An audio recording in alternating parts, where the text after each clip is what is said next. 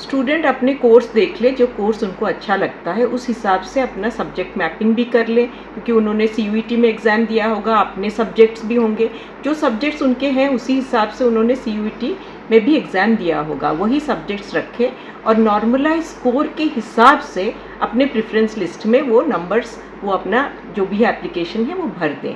अगर आप preference list बना रहे हैं तो प्रेफरेंस लिस्ट कोर्स को पहले आप रखें, फिर कॉलेज की अगर आप कर रहे हैं कि आपकी फेवरेट कॉलेज है, लेकिन एक बार आप लास्ट ईयर का भी जो कट ऑफ है वो भी आप देख लीजिए।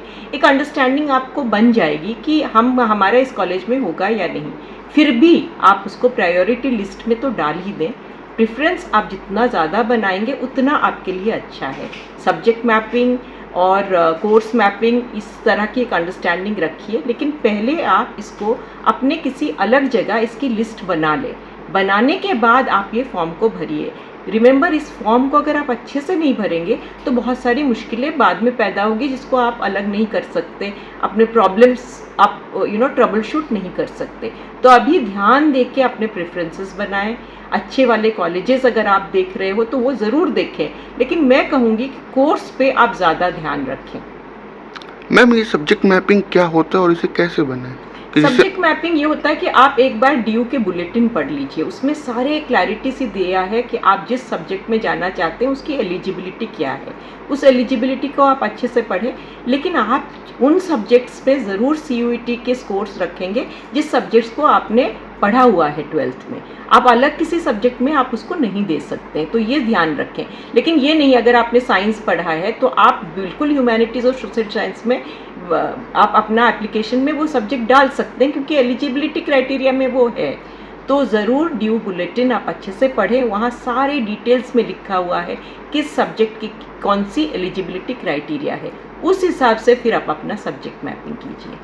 मैम, कई स्टूडेंट्स के जो है 12th में अच्छे मार्क्स आए हैं मगर CUET में कम मार्क्स आए हैं और वो चाहते हैं कि हमें DU का बेहतर कॉलेज मिले, तो इसके लिए क्या करना होगा? मुझे ये अच्छा लग रहा है कि बच्चे अच्छा कर रहे हैं 12th में, अगर लेकिन CUET is the normalise score जो आपको एक्सेप्टेंस देता है। पहले तो आप ये समझ लीजिए कि आपका अच्छा रिजल्ट हुआ है, इसका मतलब आप अच्छे स्टूडेंट हो। CUET में थोड़े कम स्कोर्स आए, उसके लिए आप इतने दुखी मत होइए, क्योंकि ये ज़रूरी है कि ये CUET स्कोर्स जो है ये ज़रूरी है एडमिशन के लिए, लेकिन it is not a mapping of your intelligence. ये मैं स्टूडेंट्स को ये कहना चाहती हूँ। लेकिन हैविंग सेड दैट, आप अगर CUET नॉर्मलाइज कोर्स से एडमिशन कर रहे हैं और फिर बाद में कुछ कॉलेजेस में सीट्स रह जाती हैं, तब हो सकता है आपकी एक मेरिट लिस्टिंग होगी, जो कि आप 12th क्लास मार्क्स में हो सकता है दिल्ली यूनिवर्सिटी में। सेकेंड चीज़ ये है कि अगर आपका कहीं क्लैश हुआ और आपका नंबर और दूसरा नंबर है और कम ही सीट्स है, तो वहाँ पे हो सकता है कि 12th क्लास के मार्क्स को इम्पोर्टेंस दिया जाएगा। तो अभी आप बिल्कुल निश्चिंत रहें और CUET स्कोर से भरिए, क्योंकि इतने कॉलेजेस हैं कि आपको कहीं ना कहीं आपके सब्जेक्ट के हिसाब से आपको मिल जाएगा सीट। मैम, दिल्ली यूनिवर्सिटी में देश के कोने कोने से स्टूडेंट पढ़ना चाहते हैं और ये घर से दूर जब आते हैं तो इन्हें हॉस्टल मिलना मुश्किल होता है, तो इसके लिए क्या करना होता है? देखिए, दिल्ली यूनिवर्सिटी में कुछ कॉलेजेस में रेसिडेंशियल सपोर्ट है, हॉस्टल्स हैं, लेकिन हॉस्टल्स के सीट्स बहुत कम हैं और उसमें भी अगेन मेरिट लिस्ट के हिसाब से और अफर्मेटिव एक्शन पॉलिसी जो होता है, रिजर्वेशन पॉलिसी के हिसाब से सीट्स बंटे हुए हैं। यूनिवर्सिटी ऑफ दिल्ली ने भी UG PG हॉस्टल्स भी बनाई हुई हैं, जहाँ कुछ अंडर ग्रेजुएट स्टूडेंट्स को सीट्स मिल सकता है।